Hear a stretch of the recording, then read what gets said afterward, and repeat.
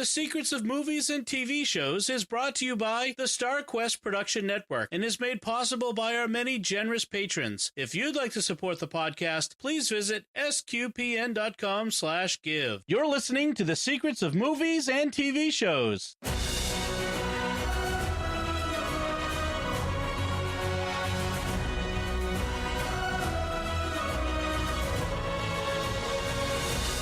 Hi, I'm Don Bettinelli, and you're listening to The Secrets of Indiana Jones and the Last Crusade, where we will discuss the hidden layers and deeper meanings of this classic movie.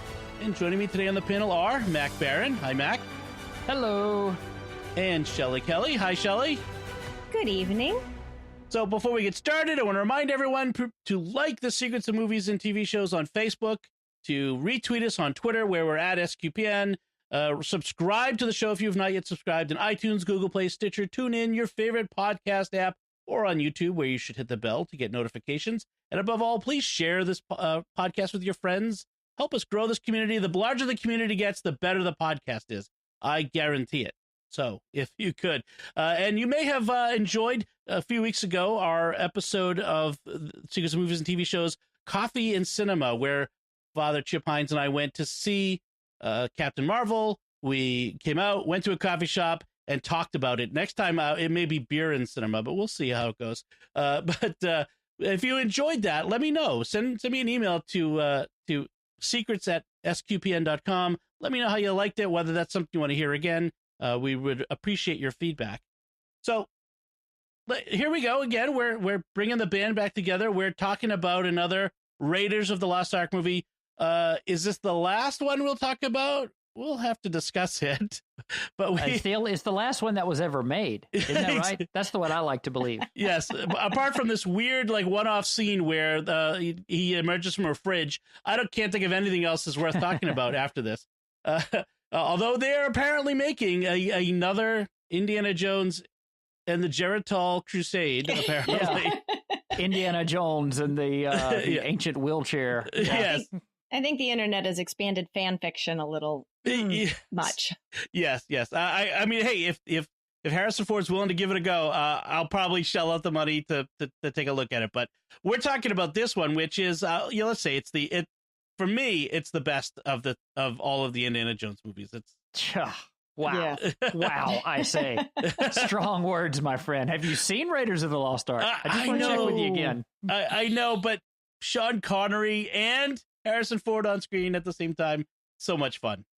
I'm not going to argue. It's great. It's great. It brings all the elements that we like of the first one back together.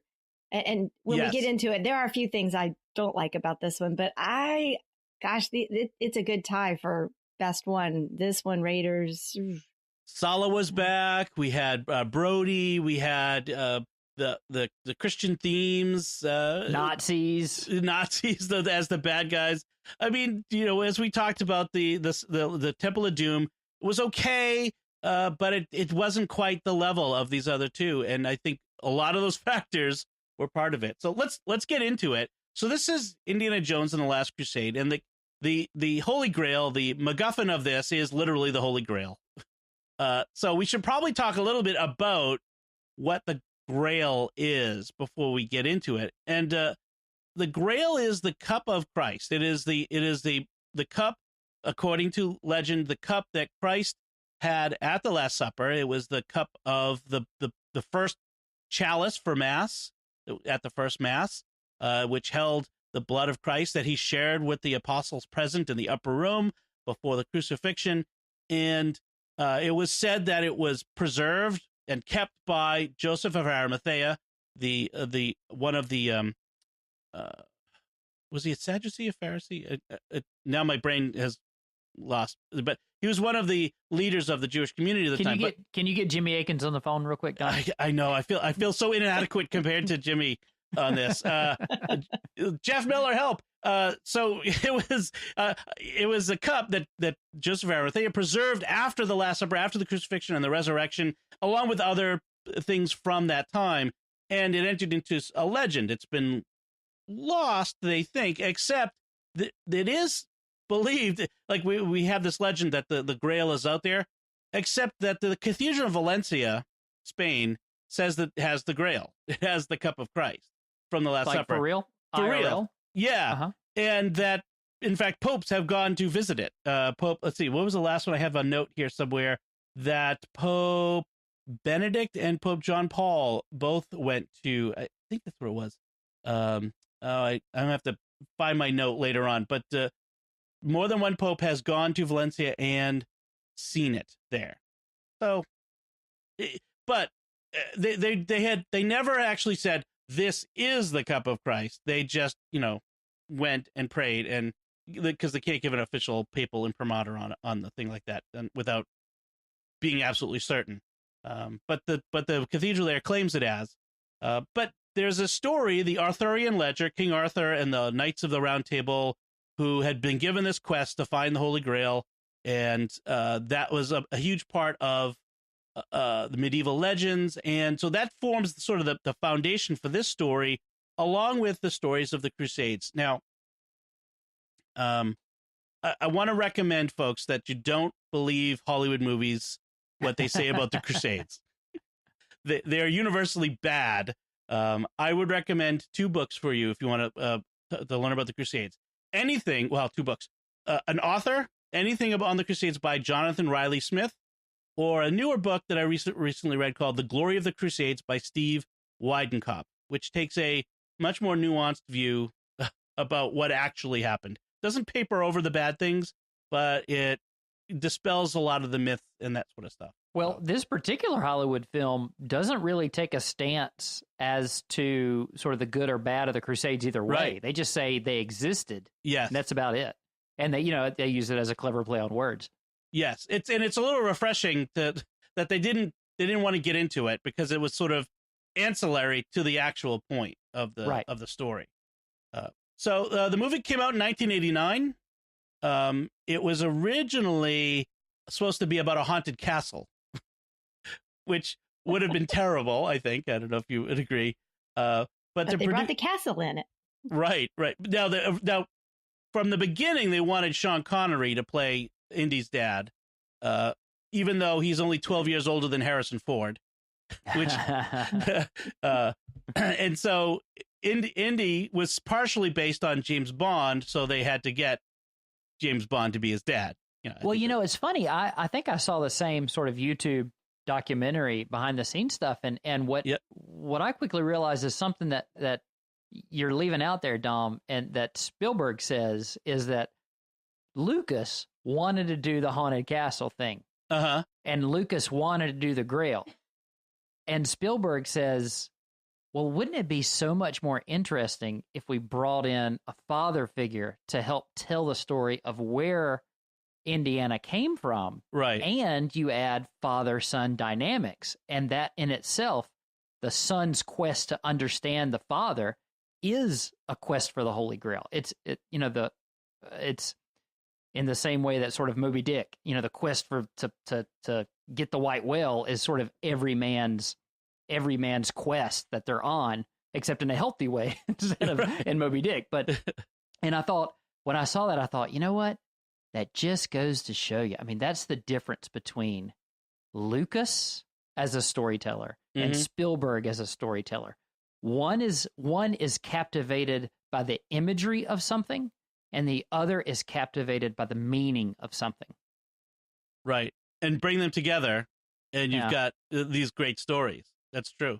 In some ways, I mean, Lucas was, many of his films were about a son and a father, and which I don't know much about Lucas's biography, so I should probably find out. But there's something about him in this search for a father figure. I mean, obviously, Star Wars. Star Wars is a story about a father and a son from the beginning, even.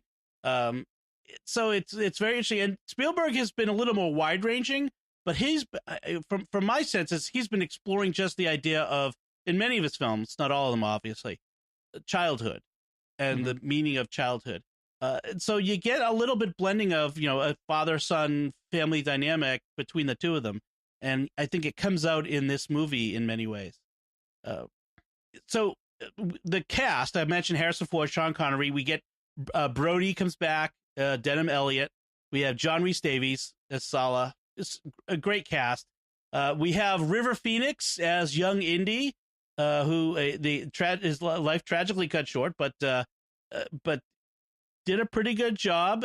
It was a little interesting casting choice. I would never have thought of him as looking like a young Harrison Ford, but they made it work. And then we start the movie in 1912. They don't tell us that right off the bat. We're kind of left to wonder. And we're looking at a big rock. Now, my wife and I had this dispute. I don't know if you can help me, but I say it's Arches National Monument, and my wife says it's Monument Valley. Now, just because there are buttes there, I think there are buttes in Arches National Park.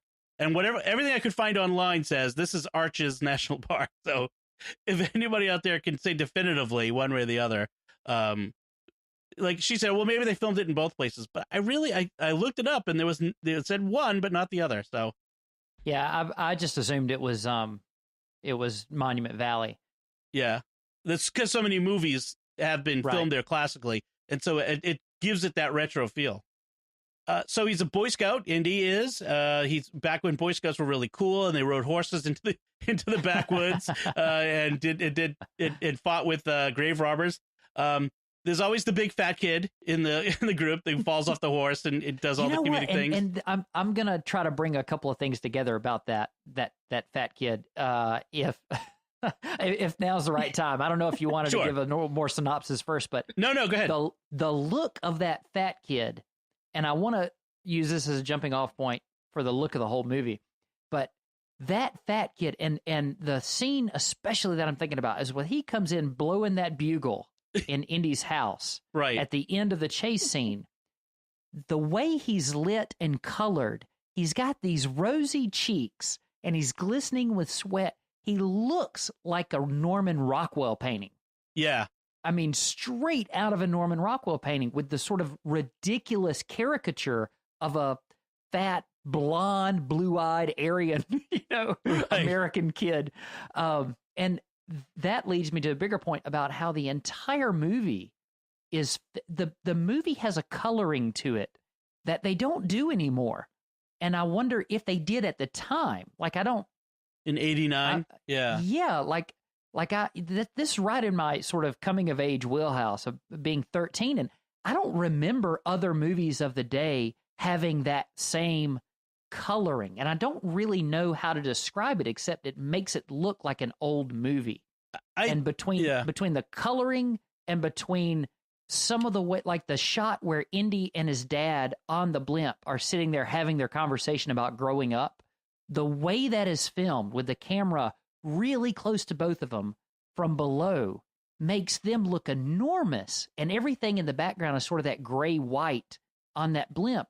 It's a strange coloring and it's beautiful and it makes it feel older than it is.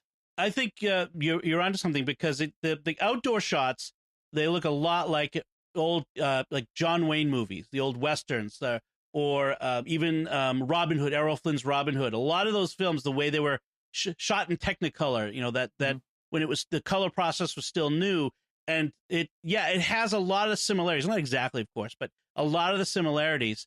That shot on the blimp, it reminds me a lot of something you might see out of a Bogart movie. That shot from a little slightly below makes the actors seem bigger, larger than life. I think Spielberg was very intentionally framing in the shots that way. I think it was, and they were intentionally going for a coloring of this. I like the idea that it's a Norman Rockwell sort of esque imagery in that beginning, especially with the kids and the scouts. I mean, they look like the scouts right out of the Rockwell paintings. Those scouts. So that's something to that. I did enjoy in this opening sequence how that slight misdirection of that you think that the guy in the fedora is Indy at first. Like when I remember when I first saw this movie, you think the guy in the hat, with the leather jacket, stealing the crucifix from Coronado from this grave is Indy, and this kid is stealing from Indy, and you get this whole turnaround. And of course, then when you see the guy's face, you realize it isn't him. But it's a lot of fun, this opening sequence, because he takes the crucifix from the guy, because even from a young age, apparently Indy is indignant about grave robbery. Although I'm not sure how he justifies it later for what he actually does. But well, he's taking everything back. Apparently, he believes everything belongs in a museum. Right, exactly. He's not stealing it for himself. Look how he was raised. Yeah. Right. I know we're going there. Yes. But through this sequence, we have, him, ends up on a circus train, which that part is shot in actually in Colorado, which is interesting. Because it's that big open plain area there that it's riding on. But we see how he gets the scar on his chin from the bullwhip. We see how he first uses a bullwhip, how he gets his fear of snakes by falling into the bucket, the pit, the container of snakes. And I think River Phoenix does a decent job of channeling Harrison Ford's mannerisms throughout that in some of the ways he holds himself.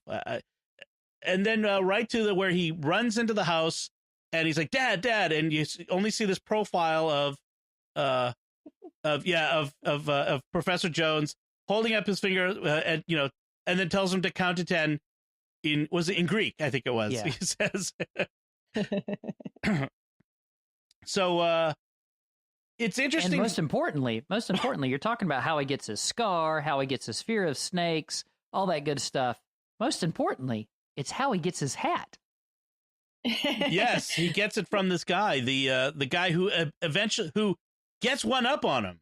Right. The guy who wins against them. And it's his anti-father. I mean, that man represents everything that his father is not. His father is this bookish guy that's got no time for him at all. And he sees this guy in a leather jacket and a fedora out in the wild, kicking ass and taking names, basically. Having an adventure. He wants to be him. Listen, this opening sequence, you think about it, that is some really, really efficient narrative. Because you get so much of, you want to open the movie with something epic. Well, there's Monument Valley. You want to tell the backstory of a kid learning to adventure. You got it. You get the hat in there. You got the father. You got the anti-father. It's pretty brilliant. I will even let pass River Phoenix's totally like pre-90s haircut that no kid from that era would have had. But go ahead. Right. Well, I was going to say also when he goes into the house and you can, and it's been a while since I've seen it, but you can instantly, it's got all these wonderful pieces of art and you get a real sense of that. And you know what's missing? His mother. There's no feminine touch in here. So the yard. Did you notice the yard when he runs up to the house? Mm-hmm. It's totally unkempt. The grass hasn't been cut. All the flowers are dead. Yeah, you're right. Now, I'm not sure at what point, I don't remember if it's mentioned at what point he's lost his mother. But if this is how he's been raised with his father, always in libraries, always in museums, valuing history, valuing academic information and the study of the past, combine that with what you've said now about this anti-father hero adventurer that has sparked this in him, it really does give you more depth to the whole Indiana Jones character. Right. So we find out later they have a confrontation at the crossroads at the later part of the movie where Indy says, we find out that his mom had died and that it was his father's obsession with the Grail quest that made her keep her illness from him. And I think that's when the father when Henry slaps Indiana at that point. Trying to think. Yeah, I think that's when he does that scene.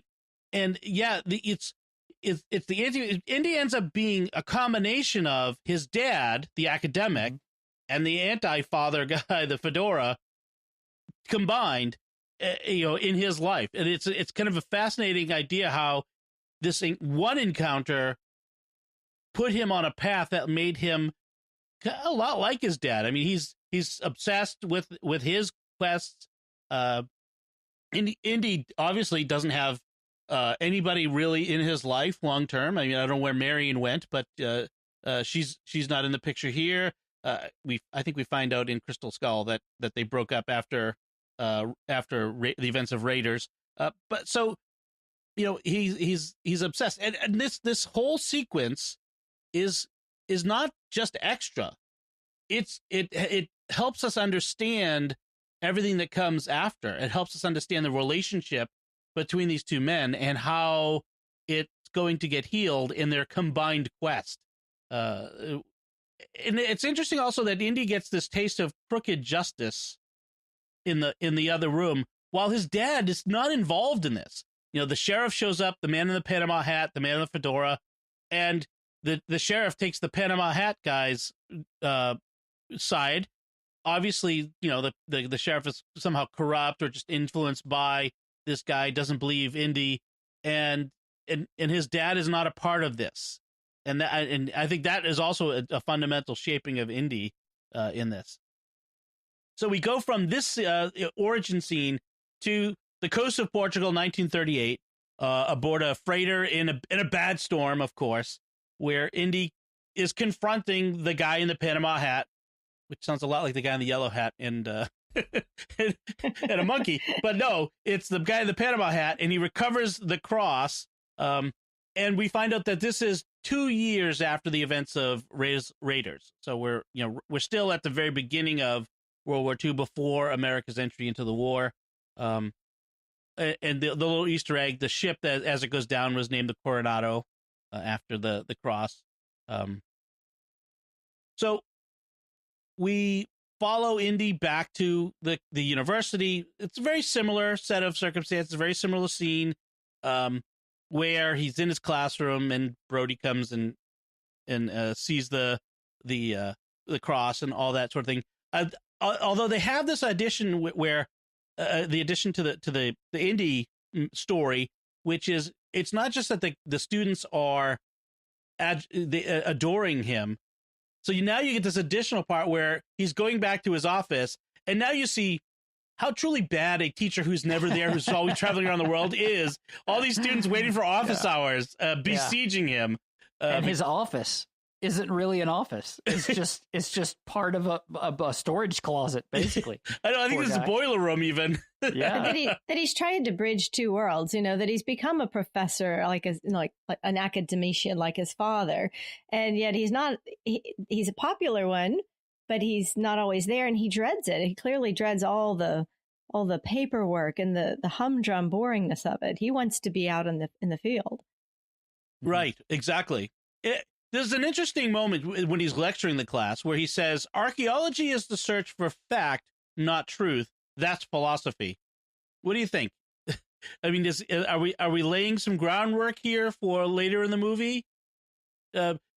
Because he also says archaeology is not the search for lost cities, exotic travel. We do not follow maps to bury treasure, and X never marks the spot. All of which actually, I loved that. All of which actually happens in this movie. yeah, that's great. Now, the philosophy thing, I think they missed it's sort of just a little bit of monologue misstep, in that they could have gone with religion or spirituality, and it would have been truer to the story of what's happening. Mm-hmm. At the end, he really has to confront sort of doubts of belief, not philosophy. Right, exactly. The search for truth that he and his father engage in at the temple where the Grail is, is right. It's a spiritual truth. It's not just a philosophical truth about who is Jesus Christ and what is this cup that belonged to him.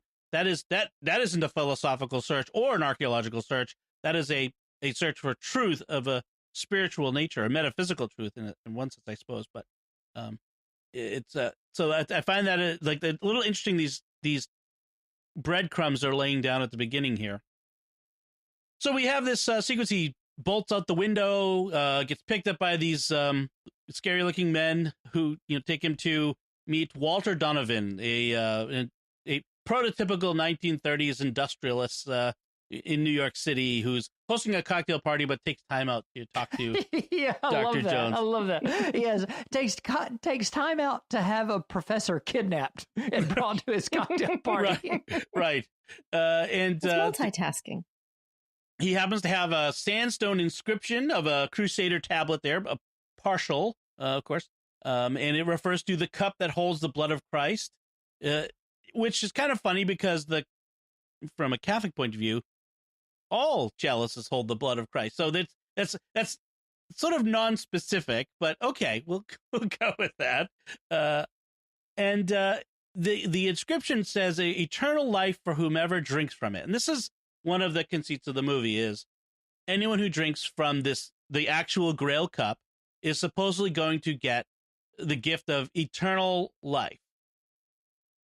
But of course, apparently, if you continue to drink from the cup, right, you have to still have the cup with you. Yeah, well, and you also have to stay in the temple forever too. Yeah, that part they left out until the very end. It seems like a really sour point on that deal to me. It's really the fine print on that deal.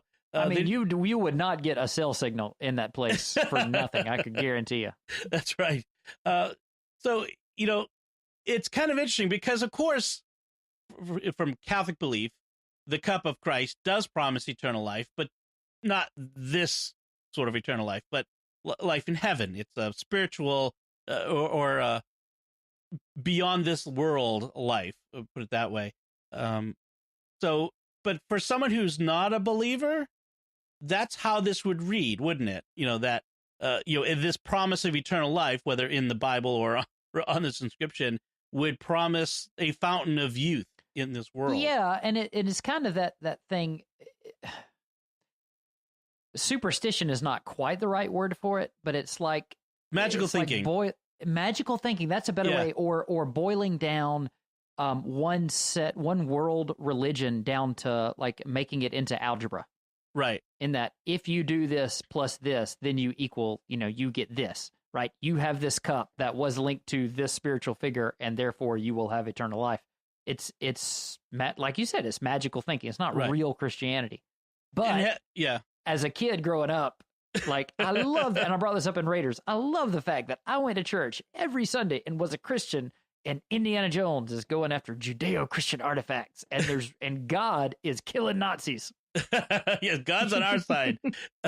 Well, and that's the thing is like this guy who it turns out, spoilers, is for a 30-year-old movie, is this guy who's a Nazi thinks that he's gonna drink from the cup of Christ and it's gonna give him eternal life. Like, because no matter how immoral a life you're leading, it's not how it works, buddy. It's not how it works.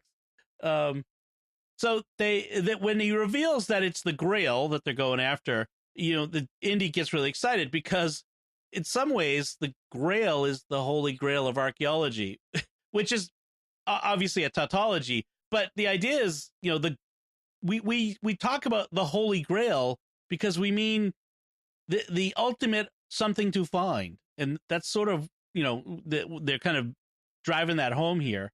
Well, and I don't know, Dom, I really don't know that much about the Arthurial legend about when the Grail was incorporated into that legend. Because, these legends develop over time. Right. And so, like, what came first?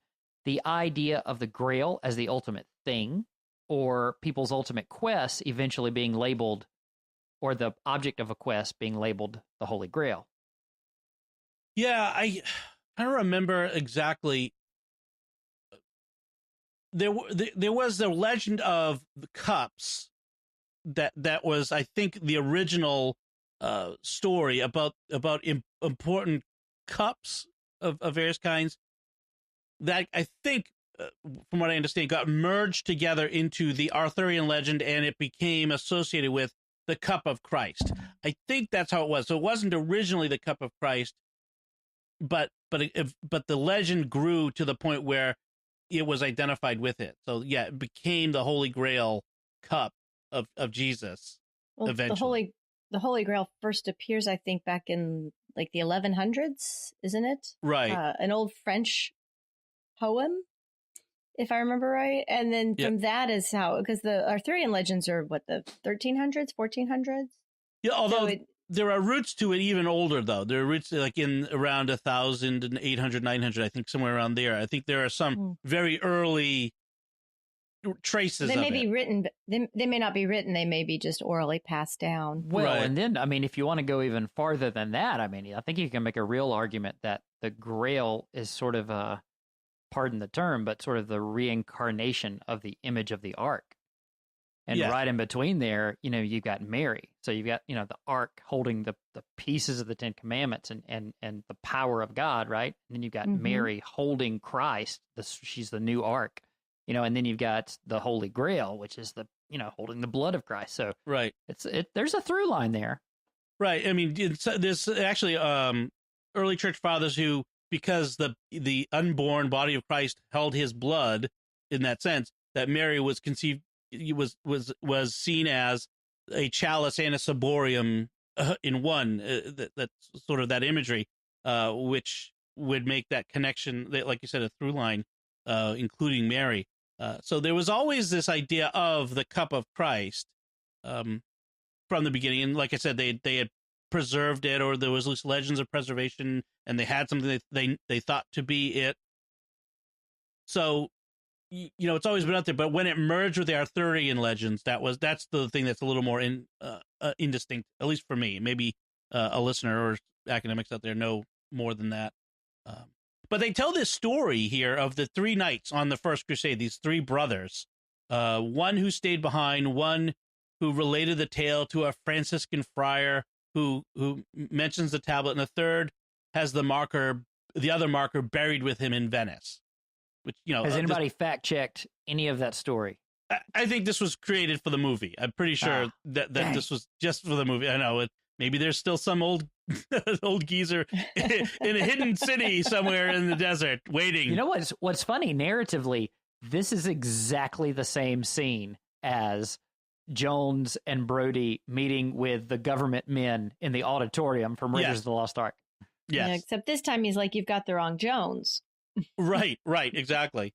And that's first when he was very excited to be part of it. Mm-hmm. Right.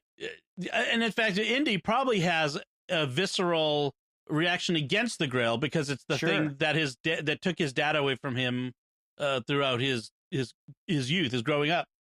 So there's that interesting. You can see he's a little excited by it, but then he pulls back and says, "You've got the wrong Jones," and that's when Donovan, what he should have led with was, "Your dad's missing. I need your help to find him." But instead, he leads with, "Hey, you want to help me find the Holy Grail?" He's got a flair for the dramatic. Donovan does a little bit. So we have this. I did want to mention. I have a note here that when we have an interesting framing of the shot when Donovan tells Indy about his dad being missing, Spielberg doesn't show Indy's face. We just see his hands. And I'm curious about that. Is it because he doesn't want us to see how Indy's emotional reaction at that point, that he's holding it back? How does Indy feel about his dad being missing? How does he feel about what are his feelings toward his father? I thought it was a very interesting choice of framing that shot. Donovan's in the background, Indy's in the foreground, and all we see are his hands. It is kind of a classic, like we talked about before, a classic shot, from old movies. But still, I thought it was an interesting choice. So Indy goes to his dad's house to see what he can see. And, he finds out that the house has been ransacked. It's also interesting that there are a lot of religious images.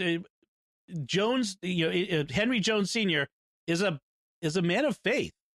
In the beginning where he was making that sketch, he's saying a prayer as he's sketching. Yeah, and we see artwork of religious art in the house. So I find that very interesting that he's a man of faith in this. And Brody is too. Brody says the search for the cup of Christ is the search for the divine in all of us. It's a bit airy fairy. It's a little bit what's the word? The pantheistic a bit. But there's still a religious sensibility in it, I guess, as best as the screenwriters can give us here. Yeah. It's really hard to. At a certain point, you just have to give it a pass. Yes. Because in order for them to take a hard line on Christianity, even, in 89, I guess, they probably would have, I don't know if they thought that the audience just couldn't swallow that. Right. But they can if they just have Brody stare off into the distance and that sprinkle the music in a little bit as he talks about the divine in all of us, people will go, yeah, this is really important. Exactly. Well, I don't think it's a big stretch though that Indiana Jones is a man of faith, given his history of his background as being and how he was raised. And then this movie takes place after the Ark. Yeah, you'd think he should know a little. He should still have a little remembering of what happened when that Ark was opened. Now, right, and now keep in mind before I say this, I love Indiana Jones. This is a formative character and set of movies from my childhood. Okay, however, as a grown man and a man of faith that is trying to do his best to get his primary vocation, his spouse and his children into heaven. All right, Indiana Jones sees religious systems as algebraic equations. Right. I mean, if you look at Temple, right? I mean, he knows the customs, he knows the magic words to make the rocks burn through the bag. You know what I mean? Right. It's not that you can't believe in Christ and believe in the whatever Ganesh, or whatever God he was praying to at the end of Temple of Doom. And so it's magical thinking. It's superstition. Right. It's true. He's. You're saying it's more academic than faith. Yes, it's more academic, but with a healthy respect for the mystical. Like he knows there's something there. He doesn't necessarily believe in it, but he understands the mechanisms enough to function within the system. Right. Like, frankly, like a lot of academics, those who study history, they understand. It's Unitarianism. Unitarianism. That's what it is. You can say that by the end of the movie, this is his own personal faith journey, because not only is he reunited with his father in a relationship, he has to have faith to be able to pass all 3 tests and actually achieve the goal. And when he does it, it's not for glory for himself. I'm sorry, Dom, I'm going right to the end. No, that's fine. It's not for glory for himself, though. It's to save his father's life. It's not to save his own. Right. It's for his father, and it's him sacrificing, even to the point where the leap of faith from the lion's head, mouth of the lion's head, whatever. He's not doing it again. He's risking his own life. He could fall to his death, and he puts his hand over his heart and he takes that breath and he just takes the step. And of course, we know what happens. Hey, listen, I'll give you one more. Not only do you have all that going on in the selflessness, the sacrifice of the moment, but you also, those tests are a progression of faith. Yep. And because they start out as algebra. I keep going back. I don't know why that stuck in my head. They start out as problem solving, and they get more and more faithful until you absolutely have to put your faith in this cup, in this higher divine power. Because the first one, penitent man, he figures that out. Penitent man, you just got to bow. It's just a mechanism. Right. And the second one falls back on true academic knowledge. You got to not know God. You got to know the name of God. You got to know how it's written in the language of the time. That's not faith, right? Right. Even the leap of faith is not faith. The leap of faith is simply figuring out how to exploit the puzzle at the time. It's a video game. These guys constructed this in such a way as to be. It doesn't matter if he had believed in God or not. If he had stuck his toe out there, he still. I hear what you're saying. You're saying that it's a leap of faith in that there's something there that he can't see, not necessarily a belief in faith in God. Well, now here we come to the problem. Like but what when I'm you saying, get to the end, when he's got to pick up that cup and take that drink of water, faith. that's absolute. Yeah. And you could make the argument that the leap of faith from the lion's head really was a leap of faith. I mean, he wasn't thinking about the construction of the bridge at the time. He was thinking about his dad, and they're screaming out. How this is going to work, God? Yep. But I'm going to do this.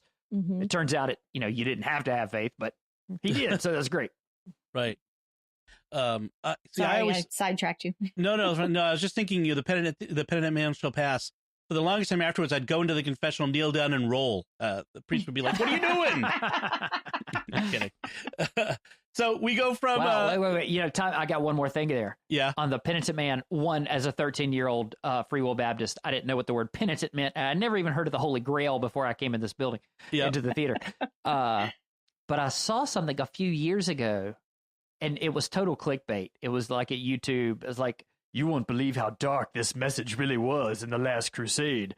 And it was all about that particular trap, because Christians bow, but they don't put their head to the ground, right? Yeah. So what religion does that? Oh. So it's supposed to, like Islam, right? Islam. Now, that's what this video said. I am not confirming or denying that. I mean, you think about Christians 1,000 years ago, they were probably a little more penitent than Christians now. Right. Yes, these weren't guys coming out of, the Archdiocese of New York. These were, medieval. It was odd that there were the two blades, though. The one that went across the top. If it was just penitent, you're right, it would have been able to just kneel and walk through. But then there was that other one that kind of came up from the ground, which didn't make sense to me. So. Well, if you knelt all the way down and you put your head down to the ground, that blade would have got you. Right. Oh, I see what you're saying. That blade would have got you. Yeah, if you were a Muslim. Oh, I see what you're saying. So if you're right. I see what you're saying. I think that may be stretching what Spielberg intended here. I do too. I don't think Spielberg would have thought through that and think, we're gonna get the Muslims. It wasn't like that. He was just thinking, hey, let's make it really cool. Let's make him have to do a somersault and then not worry about how they got this whole mechanism to work in whatever century it was that this was created. Are we gonna go through like step by step the entire movie, or can we go ahead and start talking about things that like we liked and disliked, or what do you want to do here? I have so many notes that we could probably spend 2 hours going through those step by step. Let's just skip all that and talk about the things that you particularly liked from the movie. Liked? Oh, all the relationship definitely between Indiana and his father. Watching it again. I mean, yes, obviously, the relationship between the dad that grounds this movie, that gives this movie a beating heart. Mm-hmm. Yep. But what Sean Connery is willing to do in this movie to be silly and off kilter, right? I absolutely loved. I loved it when I saw it when I was 13. I loved it when I most recently watched it a few days ago. I just thought he's so silly and he's so fun, and like Sean Connery, you think of being like full of himself, but then I watched part of that little documentary on YouTube, and apparently he came up with a lot of that. Like Lucas and Spielberg wanted him to be more stodgy and buttoned up, and he came up with these eccentricities and kind of had to fight for them. They wanted him to be more, I think, wasn't it Sir Laurence Olivier and a very accoutrement, and he wanted to be more of a Richard Burton or some sort of character, right? But he ad-libbed, and they left it in multiple scenes, but the one that strikes out to me is when he says she talks in her sleep, and I'm like, what? Whoa! Oh my gosh, that was just like, ew. That was talks in her sleep. That was you can do it, yeah. So Harrison Ford does a double take there, which was not scripted, which was because it was ad libbed, and they kept that in. I mean, I think like the first time when he did it, and then they probably redid it another take for the film. But Connery then has this little grin on his face after he says it. I don't know if you noticed that. And it's just so fun. They're both so great because they are understated. They're not the opposite of Jim Carrey. You know what I mean? They're like they're not this like overdoing everything to make you laugh. It's just these subtle things that they do. Well, it's like when they're tied together and they're like, Dad, what? Dad, what? Dad, what? And that's what you mean by understated. It doesn't come across campy. It comes across very real because, as a father and son, I'm sure with your own children, you're not always in sync. Right. And it's just the way they show that. Son, I'm sorry. They got us. When he shoots the tail off the plane. Yes. So great. Yeah. And then he shows Indiana that he still has so much value in his knowledge. I suddenly remembered my Charlemagne. Oh, that great scene where he gets the birds to fly. And Indy in that moment is proud of his father. You can see that. Absolutely. He's got that smirk on his face. He's just like, can't believe it. Like, this is my dad. These people are trying to kill us. And man, let me tell you, the scene where Indy goes off the cliff and then Sean Connery says, I never told him everything I wanted to tell him. I mean, that is such a cliche, but it is so well used in this movie because you totally believe it. And then they play it for laughs when Indy walks up. What you looking at? Around. Well, then there was like so another a couple more things was when they first see him in the Castle Grunwald when Indy comes into the room and his dad bashes him on the head with the vase, and then he says, "Dad, it was there. It was in Venice." He's like, "I knew it. Oh, I wish I was there." And then he says, They were rats, Dad. Oh, and he kind of recoils a bit. And you can know that Indy's kind of like driving it at him a little bit. It's like it's the son giving it to the dad a little bit. What I loved about that scene is when Indy comes in, he gets his head smashed, and Dr. Jones says, Junior, and instead of going, what? He stands up bolt upright and he says, yes, sir. Like it's such a gut thing. Like that's how you respond to your father when you left at 18, you know. But isn't that also where he looks at the face and goes, it was a fake. It was a fake. It was a cross section. I feel terrible. Well, it was okay, Dad. I'll be okay. It's a Ming Dynasty. Oh, it's a fake. Yes, that was good. And then when the Nazis like, Dr. Jones, yes, and they both reply, hand over the diary, and Henry is like, my son wouldn't be so stupid as to bring the diary all the way back here after I sent it to him. And yes, he did. Oh, shortly thereafter, a 13-year-old Mac learned the difference between an Austrian goodbye and a German goodbye. Oh. Is that just how we that say was good stuff, goodbye? Man. Yeah, I prefer the Austrian way. Yeah. There was also that other great another ad lib was when Indy gets punched in the face by the German goodbye, and his head goes back and whacks Henry in the head. That actually was also another ad lib that they added in there. Then there's a great scene where he says Brody's got it. He's got a 2-day head start on you. Oh man, which is more than he needs. Brody's got friends. The camera's slowly zooming in as Indy's going on and on about what an amazing mind Brody is. He's got friends in every town and village from here to the Sudan. He speaks a dozen languages, knows every local custom. He'll blend in, disappear. You'll never see him again. With any luck, he's got the Grail already. And then you see him like wandering around, just bumbling through the train yard. Yes, does anybody speak English? Anybody at all? Ancient Greek, and even ancient Greek. Ancient and the play between him and Sala is so great. So great. Yes, run. Yes. Run. Run. Yes. What's that? Run. But going back to that scene, Dom, did you know there's a scene in season 3 of The Good Place that is crafted to repeat that scene? And I can't think of right now what it is, but it's one character who is talking about the other character, like who's not on screen. Oh, yes. And about how good. Oh, it's they're talking Michael. to Sean. They're talking to Sean about Michael. Right. And that Michael is by now so and so and so and so. And then Michael comes to the door going, hey, everybody, you'll never believe I drank piss or something like that. Yeah, right. Yeah, I did notice that at the time. Yes. It's and in fact, I mean, there's so many of these elements that live on in other things because we recognize them. It's such a great little trope that they do here. So every old castle has a secret fireplace. That's just a given. If I ever build a castle, I'm putting in a secret fireplace. That has to be.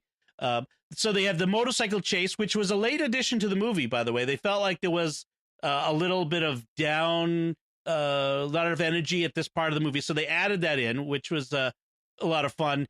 So we get 2 of those sorts of chases where we only had the truck chase in Raiders. So they added this and the tank chase, which was just awesome. I just loved seeing that tank. Yes, this. Speaking of things I like, is this movie totally gives you all the action you want, from the train at the beginning to the ship, the business on the deck of the Coronado, to the catacombs, on fire, and then there's a boat chase. Are you crazy? Don't go between them. Go between them. Are you crazy? Yes. And in the midst of that, one man looking another man in the eye, saying, "I'm prepared. I'm prepared to die. How's your soul?" Yes. Gut punch right in the middle of some action there, right? And then you've got this motorcycle chase, and you've got the tank chase. This has got to be one of my favorite action sequences that I have ever seen. Right. Because it's nothing like I had never seen before, and I don't think I've seen anything like it. Basically, you got a guy on a horse fighting a World War I era tank with a bunch of other guys running around shooting at him. And the tank can shoot out, although the turret doesn't turn, it has multiple turrets on it. And so he sticks a rock in one and it blows up. And and then he ends up hanging from one of them, and that's actually Harrison Ford hanging from it as they're going along the edge of that cliff. And when they filmed it, they had guys up above, grips, with shovels shoveling dirt down on Harrison Ford as it goes along. So he had to be cleaning dirt out of places for weeks after that. What's great is there's something magical that happens in a really good action scene that's based around something big like that, and that thing becomes a character all its own. And that tank is a character in that scene. Yes. And you go in and out of it and in and out of it. And you see 3 different gunners. And it's just wonderful. And then there's the business. There's the play on top of the tracks, where people end up getting on the tracks. And Indy's got to grab his dad by the leg. And you see his dad being jostled, Yes. It's just great stuff, man. I loved it. Love that. That may be it's hard to tell. But I think that's my favorite action sequence. That, and I'll give you one more thing about action in this movie. One, there's an idiotic bit when the plane goes through the tunnel. I hated that when I was little. Yes. I still hate it now. But there's one sound effect that stands out above all others. And that is when Indy throws that pole into the spokes of the motorcycle beside him. That sounds like a jet engine explodes. You go back and listen to it. It's unreal. Yes, it does. I have to say, by the way, related to the tank, there's the best dad joke of all in this movie is, so you have Donovan is with the Sultan of this local area, the one who he says, you shall have camels and horses and armed escort and tanks. And Donovan says, "You're welcome," in response. And my kids, when they see that, I do tanks, you're welcome. I get them to say tanks all the time. I'm always maneuvering them into saying the word tanks. And it's at the point now where I'm not allowed to do that anymore. But man, when I saw that, I remembered how great that joke is. I just love that dad joke in there. Because the Sultan didn't want any of the chest of jewels, didn't want anything. He wanted the Rolls Royce. He wanted the car, which I love that part. It was the car they drove up in. Yes. Yeah, that's why I didn't remember if it didn't stand out to me the first few times I saw that movie that it was their car. It was the Nazi car that they had driven up in. So they came with all these things prepared, but he's like, he knew his cars too. He came in and blah, all the stuff there. So he knew all the details on the car. Mm-hmm. Brody has a great line during when he's in the just before they get into the tank, when they're driving through the desert. I think it's Donovan offers him a canteen, water, Marcus, and he says, so British, so very composed, "I'd rather spit in your face, but I'll take it." And he goes to take it, and the Nazi takes it from him. I love that phlegmatic way he says it. Well, and there's one more thing in those tank scenes, and that's the relationship between Brody and Henry Jones Sr. When they finally meet up, it's great, isn't it? What is it? The genius of the where's that? Restoration something I can't remember the line now. Resuscitation. Yeah. Genius like of the restoration, aid our own resuscitation. There it is. It's supposed to be some kind of like university club, greeting or some, weird thing that guys do. You get the idea that they're in the same society from some school at some point in time, but you don't know exactly how. Clearly, he doesn't know him as well because later he says something about Brody to Jones, and Deanna's like, got lost in his own museum, huh? Yes. Yeah, well, it reminds me a lot of It's a Wonderful Life when you have, Jimmy Stewart's, he does the hee-haw and flaps his arm and pulls the ear thing that they do in that. It's an old club toast or, secret greeting that they do. Yeah. Let's talk a little bit about Elsa and just how she stands out as the, from the beginning, she's the femme fatale. We're supposed to think of her as like a Marion figure, a little bit of misdirection from the beginning, where she becomes a love interest for Indy, and then it turns out she's really the bad guy. I did find it kind of funny, like eye-rolling funny, when Indy first meets her. They do this little exchange. "You have your father's eyes and my mother's ears, but the rest belongs to you. looks like the best parts are spoken for, and just so on. And you can see Brody rolling his eyes in the background, which is all of us. I actually love that exchange. That exchange to me is super cute. Yes. And my mother's ears, but the rest belong to you.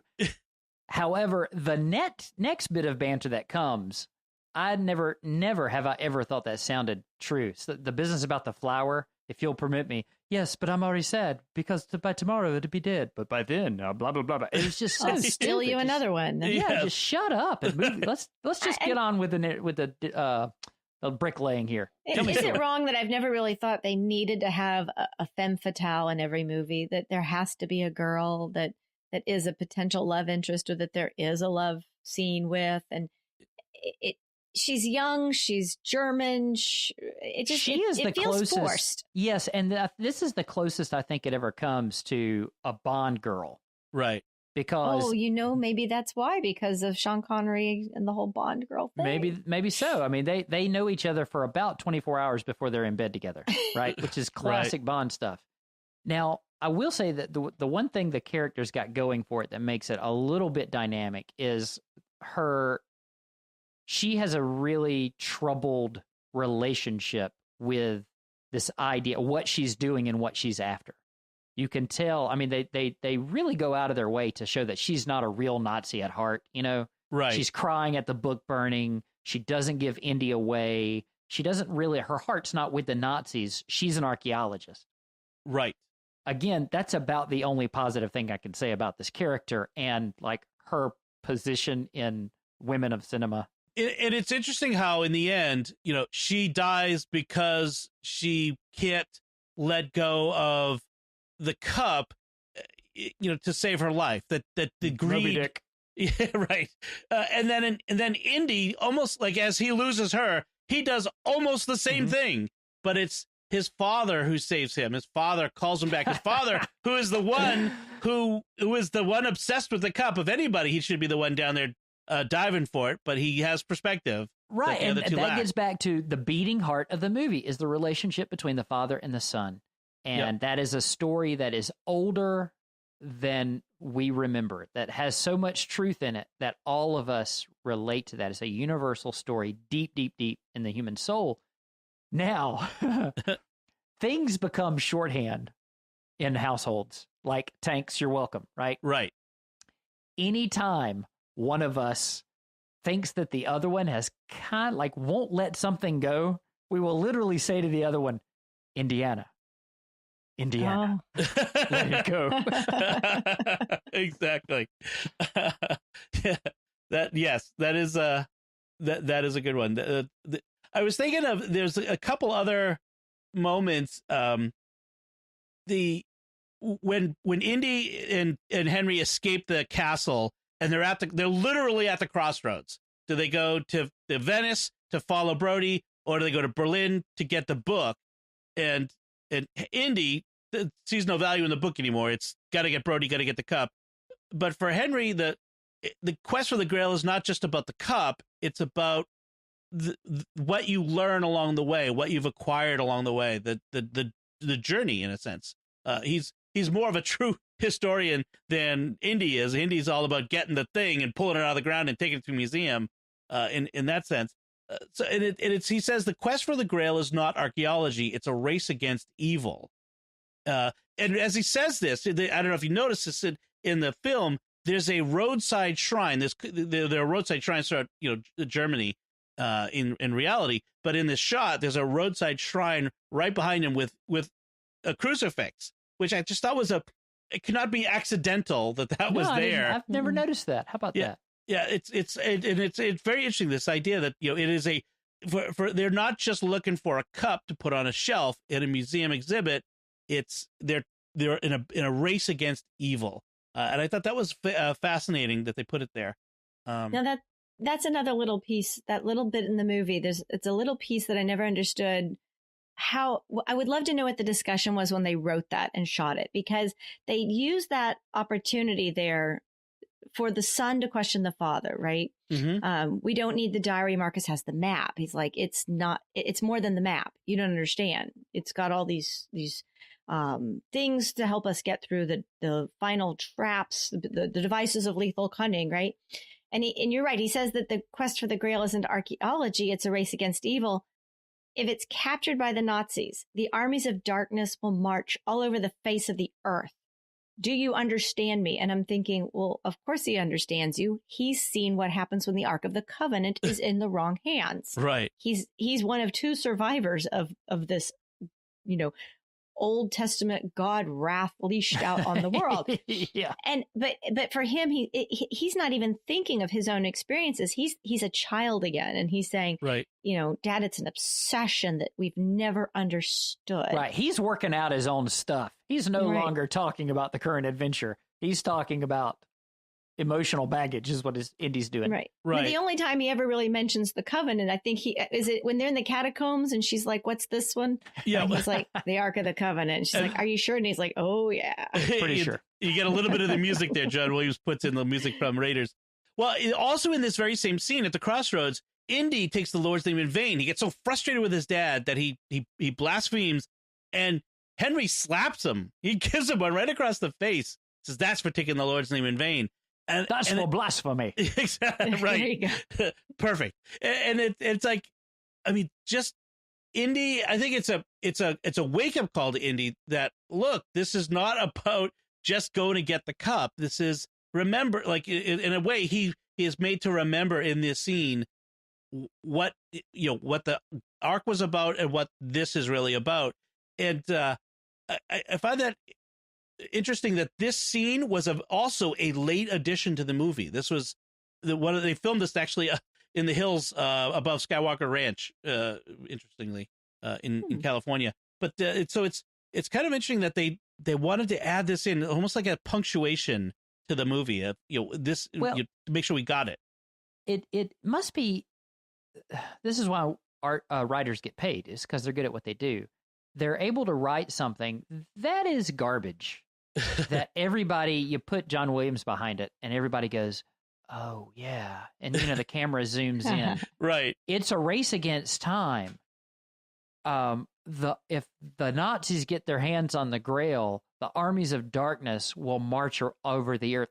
Yes. God incarnate, who loves humanity, will allow this magic cup to let the Nazis take over the world. Well, right? That's what you're saying. That. It's ridiculous, but we all love it. I mean, we all love what he says. And we're all like, yeah. Because we want good to triumph. We want them to defeat the darkness. We get all emotional and worked up behind it.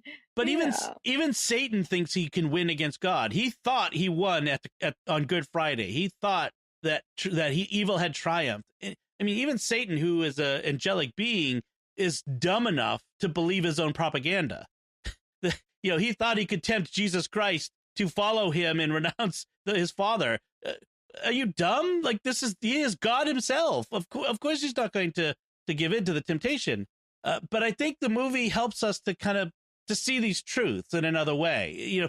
Of course God can't lose, and of course that God would never allow the Grail to be used to let evil triumph. But I think there's a greater truth they're going at here, a larger truth that it's trying to illustrate to us. Maybe it's just a really fun popcorn movie and I'm overdoing it, but I think there's more there.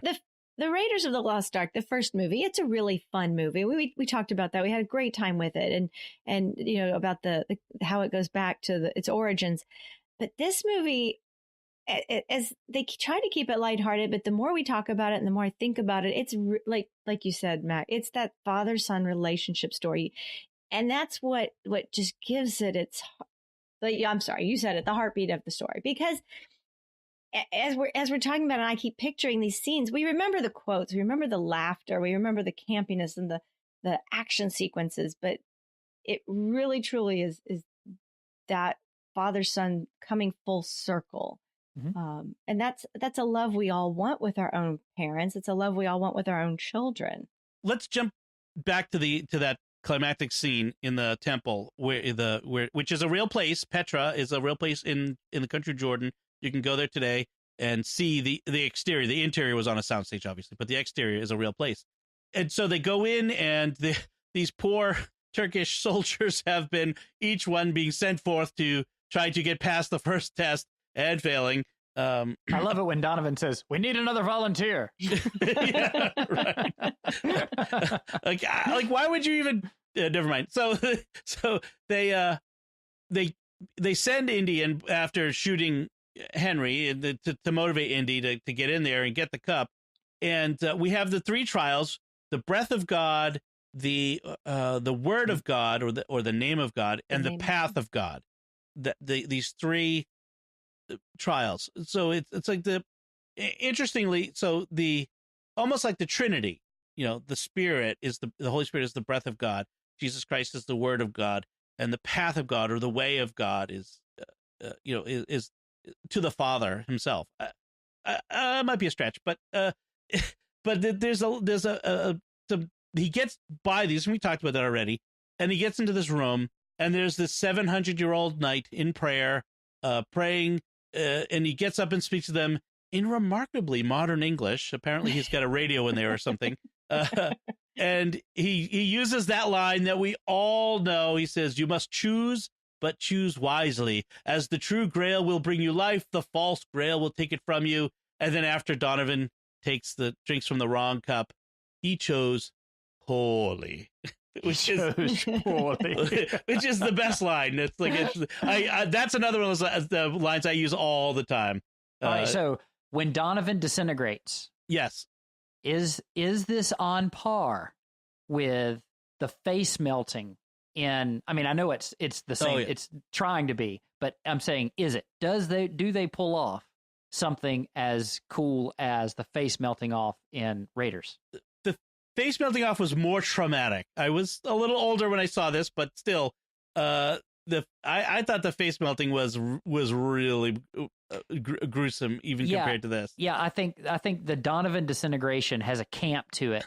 Yeah, like a throwback to old Hollywood style special effects. Right. That is it's kid friendly in a way. Yeah. Oh, the face melting was not. My husband still won't let our 7-year-old see that particular scene. We when we watch this movie, he's always like, "Cover your eyes." Well, I wouldn't let mine either. Son, he'll cover his eyes and he'll be screaming and then like, "Is it over yet?" "Yes, you can uncover." "Okay." And he asked me, he's like, "What's happening?" And I said, "Well," and I described it for him, and he's like, "Oh, okay." No big deal. But you can see it when you're older. Yeah, Mike, I make my kids not look during the scene in Raiders either. It's just a little much for them. When I was 12 and saw Raiders, that was a little much for me too. But it's probably a good idea not to let them watch it unless you don't want it to sleep that night. I don't get up with him. My husband does. So. All right. So Donovan's poor choice was he made an assumption based on his greedy modern values, which is the cup of a king. It would be the most ornate one. Yeah, but remember, he trusted Elsa. Yes. Elsa knew what she was doing. Elsa looked at Indy and winked at him and said, behind her hand, "Can you believe how I'm going to fool this guy?" And handed it to Donovan. Right. Elsa, she's so cold, frozen to him. Anyway, sorry. I wonder, she looks a lot like the character. I wonder if this is the connection. So, after he chooses poorly and dies, we have the cup of a carpenter, which is very interesting. Although, at the Passover meal, they probably actually would have had a much nicer cup for Jesus to use at the Passover table in the upper room. It was the upper room, right? They never said that they brought the cup. It could have been the cup of the household. We don't know who the owner of the household was, or do we? The caterer brought it. I don't know. I mean, it could could have just been whatever was in that house. Right. We are discussing the realistic room nature for him. Yeah, we're discussing the realistic nature of a cup and right next to a 700-year-old knight who speaks perfect English. I just want to point that out to everybody. That is true. That guy's going to be tired. Well, he goes to lift the sword. It just keeps going. That was pretty good. So Indy drinks from it first, which is another, like we talked about before, that is an act of faith. that he drinks from it to be sure that it will be safe for his father. And that kind of explains why Harrison Ford is in such great shape in the Crystal Skull. See? Right. It's how he survives the nuclear blast. Yeah, he's got the good Grail juices flowing through him. Exactly. That's how they're going to make number 5. He's immortal. Right? I think so. So now he passed the seal. Yes, that's right. The Grail cannot pass the Great Seal. It is the boundary and price of immortality, is what the knight says. That's a terrible price. Yeah. Trapped in that little cave for 700 years, or however long you're willing to be there. Right. And who knows how long you would have been in there if they hadn't come. And then I found it very interesting. They had Brody as Henry is healed from the cup. Brody crosses himself. So Catholic Brody. Elsa clumsily knocks the Grail into the crack when the earthquake happens. Elsa, you dummy. And so she gets what's coming for her, for that. And it's Indy's dad's ability to let it go that saves him. Let it go, boy, let it go. You had to go there too. Well, but what's so sweet about that, think how, again, efficient and emotionally resonant. And the play that they do with the names. He's been calling him Junior the entire movie. Yes. And he finally says, Indiana. Right. And you talk about stories that are older than language. It's being known. Right. And that's what we want from God, is we want to be known. And that's what we crave from everyone around us, is we want people to know us. We want to be known. And that's the moment where Indy feels known by his father, and that overcomes this sudden obsession, with the Grail. It's beautiful.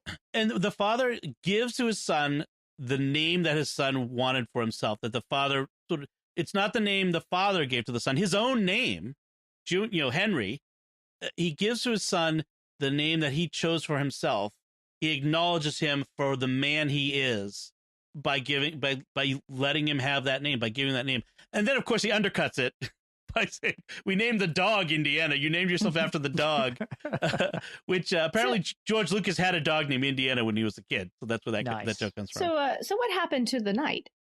I always wondered what happened to the knight. The Grail has fallen down below or beneath or past the seal, and the knight just stands there, kind of raises a hand, and you're thinking, oh man, they couldn't stick around for 10 minutes so that Henry Jones Sr. could have a conversation with him. Right. I'd have never left him. Like, okay, so tell me about. There should have been a post-credit scene where the knight is leaning into the crack with the sword, trying to get at the cup. That would be a Marvel movie now. That's really good. That's really good. That should be on how it should have ended. Yeah, that's really good, Dom. If Spielberg had come up with the idea of doing those little during the mid credits at the end of the credit little scenes, that would you're right, that would have been it. That would have been a good one. He didn't blow away. I'm thinking of is it Tangled, where when the hair gets cut off and she's lived all these centuries with this flower and this magic, and she withers into the dust that she would have been. It's like the Dorian Gray story. No, he's still there. Just like Indiana, after I'm guessing how this works with my algebraic equation, that he's going to live a relatively natural span now that he is no longer consistently consuming from the Grail. Right. I'm going to guess. He's got the body of like a 90-year-old. And getting older. Yeah, he's going to have to eat, right? Right. Probably he's not going to have the chance to eat. Probably the building is going to continue to collapse on top of him. Right. As evidenced by all the smoke and dust coming out of Petra. I got the sense that maybe he was that he was gonna die, that his time had come, that his time as guardian was over, and he was going to die either in that moment or soon after. My guess was. But they undercut the very serious ending, of course, with a little bit of what could have been a sad ending, because they don't actually get what they went for. So it could have been a sad ending, but they undercut it with the jokes with Brody. Follow me, and he goes riding off to the canyons on the horse. Well, and to me, that works so much better than the end of Raiders. As much as I love Raiders, my favorite movie of all time, probably, the very end of it is kind of a downer, you know? Whereas this, they have that moment of camaraderie at the end. They have the little interplay exchange about the dog. Sala laughs. Brody runs off in the wrong direction. And then you get them all riding off into the sunset. Literally. There should be a law that says if you have characters riding off into the sunset, you will no longer make any movies about said characters. Because you have that's the bow, man. You have tied it up. Yes, that's true. Yes, that should have been the end. Darn that greed. Although I will maintain that if they do some indie origin movies, something sort of between the beginning, the 1912 and 1936, if they do some of Indy's early career, I'd watch those. Maybe Chris Pratt. It's got to have the guy from Solo.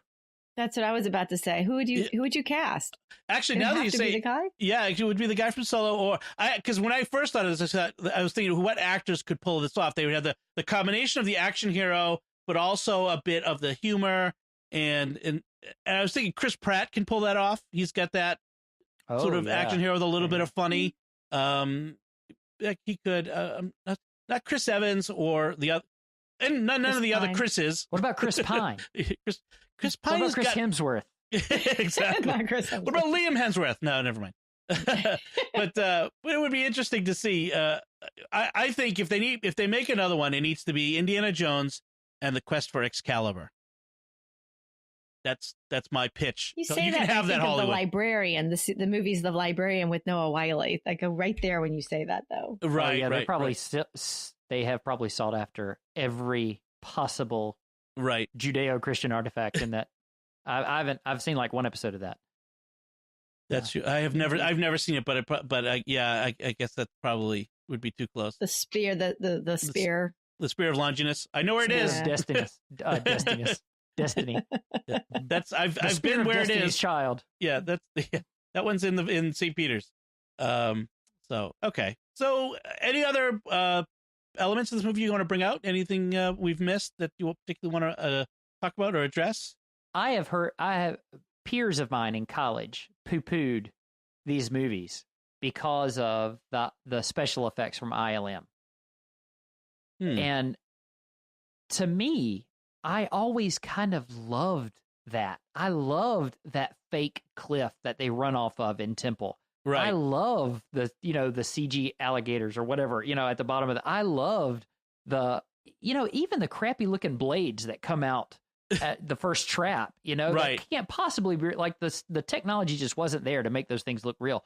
And even the blimp stuff, any exterior shots in the blimp, you can tell are fake, but there's just something about the overlay. It's almost magical, and it's Industrial Light and Magic is the name of the company. And no, it doesn't look absolutely real. There's something about the lines around things that they could not get back then, but I still kind of love it. There's that nostalgic connection that it just some things. I think things today are almost too perfect, and you look at a Marvel movie and you're like, it's there. You don't see the lines between real and fake anymore. And I mean, I'm not gonna say I don't enjoy these movies, but there's something about this going back to this classic artwork. I mean, it's like seeing the flat paintings of the mosaics of the Dark Ages, from the year 400. Yeah, they didn't understand perspective then, but it doesn't make it any less beautiful art just because it's not photorealistic. And I agree. The same way. There's something about this movie that really captures a nostalgia for me. Speaking of the Zeppelin, the blimp, I love blimps. And if I were a supervillain, if I hit the lottery for like $1 billion, I will build a giant blimp and live underneath it in the gondola and just travel around the world like a supervillain. So just the addition of the Zeppelin in this movie, I loved having that there. A couple of things I noticed in that scene when they were in the Berlin airport. There's a guy reading L'Osservatore Romano in the airport, which is the Vatican newspaper. I thought that was an interesting touch. Henry on the blimp is reading. Sean Connery's reading the paper upside down. Did you notice that? Yes. No. Yes. That's funny. Also, a great scene where he throws the ticket. He throws the Nazi out the window, and the jacket doesn't fit. He yells it in English. Yes. Like, why does he yell it in English? That's what struck me the last time I saw it. Like, why did they just subtitle it? It would have been just as funny. Right. Exactly. See, now that's a 21st century movie tactic. Yes. In the old movies, all the Germans should be speaking with British accents in this movie, actually. What's funny is moments before that, Indy was speaking German. Right. He was. That's funny. Well, where was the Zeppelin going to? So they were taking the Zeppelin. They were getting out of Berlin and taking it to. They're trying to get to Turkey, to Iskenderun, which was probably going to Istanbul. But then it was turning around. But they'd gone pretty far by the time they turned it around, because when they bailed out in that plane, when they landed, they were already in Turkey, in that area. Okay. Well, I was wondering, because of the English, I wondered if they were going more towards Europe, if they were going towards Britain, to then pick up a steamer to go to Turkey. But no, they were going toward Turkey. I forget if they were going to Istanbul. I think it was it's the one time he goes somewhere that we don't get the little ... Right. That's a good point. We don't know where it is on the map. It would have been an exceedingly slow red line because they're in a blimp. Dot. I got to tell you, when iMovie first came out and I made my first movie, I so wanted to have that, and they still don't have that in iMovie. I'm going to complain. I'm going to send another letter to Apple and ask them to add the thing where you can make the dot go, like the line across the map. You can put up a globe, but there is, as far as I could tell, the last time I tried to find it, there wasn't a thing where you could have the line move across the map. Are you telling me it's there now? Lucas and Spielberg copyrighted that or trademarked it in some way. If we're talking about two different things, but we did that effect for the introduction to the CNMC back in the one I hosted in San Antonio? 2009. Really? 2009. Yeah. My first one, 2009. Maybe when they redid iMovie, they took it out. I'll have to take another look then. Maybe so. Yeah, but yeah, it's one of those things. It's from the classic movies. It's one of those things they pulled from old movies, but because they brought it back, it became so Indiana Jones. that iconic. Yeah. So anything else? Shelley, do you have anything? Okay. No, the one thing that we didn't talk about that I love is the librarian stamping the book. Oh, yes. Oh, that's a good That's gag. because of my background in libraries. And that is great. So. X never marks the spot except when it does. Yes, that was the guy with the stamp. The way he looks at the little thing, the stamp. And then he sits it up on the counter and just looks at it. Beautiful. Right. We didn't really even touch the knights. Was it the Brotherhood of the Knights? The Guardians of the Grail, who were going around, and they were the ones chasing him in the boat. The Brotherhood of the Cruciform Sword. Right. Yeah, I knew you'd know it. They're dedicated to... They didn't get... apart from chasing Indy in Venice and Indy killing a couple of their guys and then them becoming friends immediately afterward, which was a little bit odd. And then that last scene with the tank, where they attacked the tank, which allowed Indy to that distraction to get in there. There wasn't. They didn't really have much of a role here. They sort of bumbled everything. They were pretty much all the way through. If Indy wasn't there, they would have totally lost the Grail. So I thought it was kind of interesting. But there is a moment when Kazim, the one of the Fez guys, as he's dying, they ask him, "Who are you?" And he says, "A messenger from God." And then he says, "For the unrighteous, the cup of life holds everlasting damnation," which is actually from Paul, right? That's St. Paul says that in. If you take unworthily, yes. If you receive unworthily, right. So I just thought it was kind of interesting that it is actually a scriptural reference there. What if that soldier had actually yelled out, "Okay, stop! Everybody, stop! This is not going to work." Yes. This guy just quoted scripture, and apparently we got the wrong idea about this Grail thing. Yeah. We better go back. Around. Turn the tank around. Yeah. So, tanks. You're welcome.